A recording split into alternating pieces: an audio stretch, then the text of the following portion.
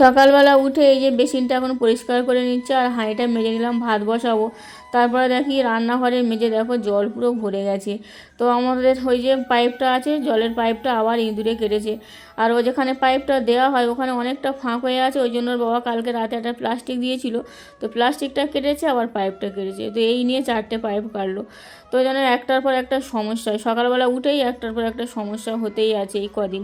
তো এখন এই যে আবার পরিষ্কার করে নিলাম রান্নাঘরটা, নিয়ে এখন এই যে ওর বাবা পাইপ নিয়েছিল নতুন, তো পাইপটা আবার লাগিয়ে দিয়েছি। এখন এই যে রান্না বসিয়ে দিচ্ছি, মাছ ছিল ফ্রিজে, তো ফ্রিজ থেকে বের করে এখন এই যে মাছটা ভাজতে দিয়েছি।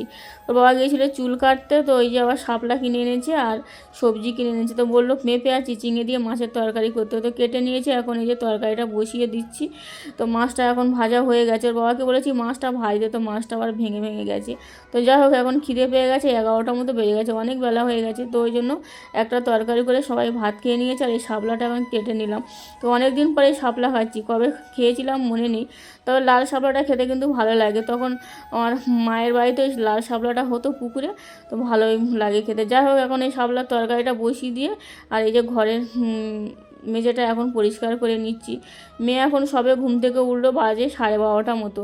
তো এই শাপলার তরকারিটা হয়ে গেছে, এদিকে ছাদে এসেছি জামা কাপড় মেলতে। তো এই যে পুজোর বিল দিতে এসছে, তো এটা নিয়ে 4টে বিল দিয়েছে, তো এখনও কারোর টাকা দেওয়া হয়নি। তো